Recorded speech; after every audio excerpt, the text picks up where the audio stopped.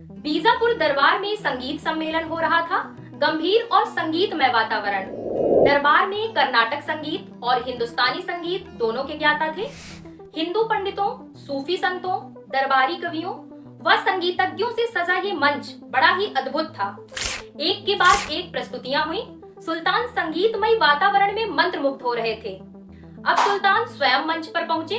उन्होंने तानपुरा उठाया, लेकिन संगीत शुरू होने से पहले देवी सरस्वती व भगवान गणेश का स्मरण किया। यह बहुत ही आश्चर्यजनक दृश्य था। एक मुस्लिम सुल्तान हिंदू देवी सरस्वती की वंदना कर रहा था।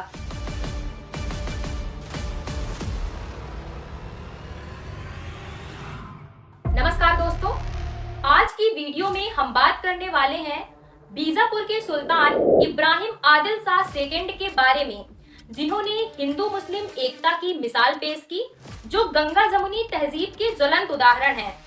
इब्राहिम आदिल शाह द्वितीय बीजापुर के आदिल शाही वंश के 5वें सुल्तान और अली आदिल शाह के उत्तराधिकारी थे।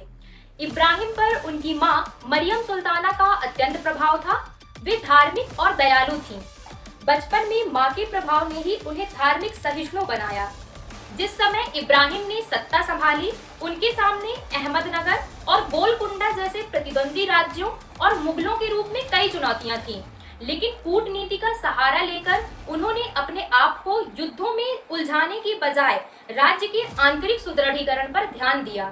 इब्राहिम आदिल शाह सेकंड की सबसे बड़ी उपलब्धि उनकी पुस्तक किताब-ए-नौरस है।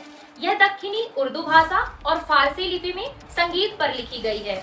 इसमें 17 दोहे और 59 गीत हैं, जो स्वयं इब्राहिम द्वारा कंपोज किए गए हैं। इन दोहों और गीतों को 17 रागों में गाया जा सकता है। लखनऊ यूनिवर्सिटी के प्रोफेसर रहे नाजिर अहमद ने इब्राहिम शाह पर रिसर्च के बाद लिखी पुस्तक में किताब-ए-नौरस का ट्रांसलेशन किया है।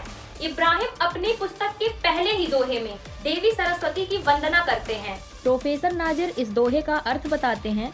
ओ mother goddess Saraswati, it is through your blessings on Ibrahim that the melodies and songs contained in Norus will ever be cherished by posterity and will ever go on enlightening the wise and skilled musicians. इसका हिंदी में मतलब ये हुआ कि हे माता सरस्वती, यह तुम्हारे ही आशीर्वाद से संभव हो पाया है कि इब्राहिम द्वारा रचित नौरस की राग और गान रचनाएं आने वाली पीढ़ियों द्वारा सदैव सराही जाएंगी और वे गुणी और निपुण संगीतज्ञों को सदा प्रकाश और प्रेरणा देती रहेंगी। 38वें गीत में उन्होंने गणेश जी के सुंदर रूप का बड़ा ही मनोहारी वर्णन किया है।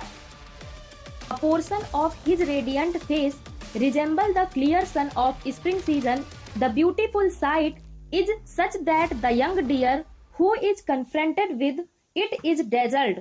The spot in the moon is due to jealousy having been roused after hearing his praises. इसका हिंदी में मतलब ये हुआ कि गणेश जी के तेजस्वी मुख का एक हिस्सा वसंत ऋतु के स्वच्छ सूर्य के समान प्रतीत होता है। यह दृश्य इतना मनोहर है कि जो नवयुवक हिरण उससे आमने सामने होता है, वह उसकी चमक से चकाचौंध हो जाता है।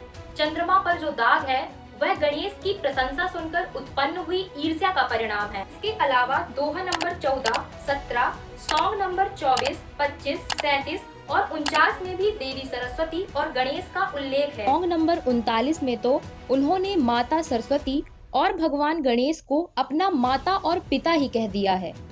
सुल्तान इब्राहिम केवल एक संगीतज्ञ नहीं थे, उन्होंने अद्भुत नक्काशी से युक्त अनेक स्थापत्यों का निर्माण करवाया, जैसे आनंद महल, मेहतर महल मस्जिद और इब्राहिम रोजा। यह कर्नाटक राज्य के विजयपुर में स्थित एक अद्भुत और ऐतिहासिक स्मारक है। इंडो इस्लामिक शैली, खास तौर पर दक्षिणी वास्तुकला में बना यह स्थापत्य दक्षिण का ताजमहल भी कहा जाता है। इसमें 2 प्रमुख इमारतें हैं, एक मकबरा और दूसरी मस्जिद। मकबरे में सुल्तान इब्राहिम आदिल शाह द्वितीय, उनकी पत्नी और परिवार के अन्य सदस्यों की कब्रें हैं। यह स्मारक ASI मतलब आर्कियोलॉजिकल सर्वे ऑफ इंडिया द्वारा संरक्षित है। यह पर्यटकों और इतिहास प्रेमियों के लिए एक प्रमुख आकर्षण है। सुल्तान आदिल शाह सेकंड ने धर्म आधारित भेदभाव को समाप्त कर एकता और आपसी सहयोग पर बल दिया। उन्होंने चित्रकला को भी संरक्षण दिया। उनके दरबार में हिंदू तथा मुस्लिम दोनों चित्रकार शामिल थे। उनके दरबार में विश्व के अनेक देशों के साहित्यकार, कलाकार व विद्वान आते रहे। निश्चित रूप से सुल्तान इब्राहिम आदिल शाह सेकंड गंगा जमुनी तहजीब के अद्भुत उदाहरण हैं। उनकी नीतियों के कारण ही इतिहासकारों ने उन्हें दक्षिण का अकबर कहा है। ऐसा कह सकते हैं कि वैश्विक संस्कृति को प्रोत्साहित करने का जो काम आज यूनेस्को कर रहा है, वो 15वीं सदी पहले सुल्तान का दरबार कर रहा था। जानकारी अच्छी लगी हो तो वीडियो को लाइक करें, शेयर करें और चैनल को सब्सक्राइब करना बिल्कुल ना भूलें। तो मिलते हैं आपसे नेक्स्ट वीडियो में। Thanks for watching this video.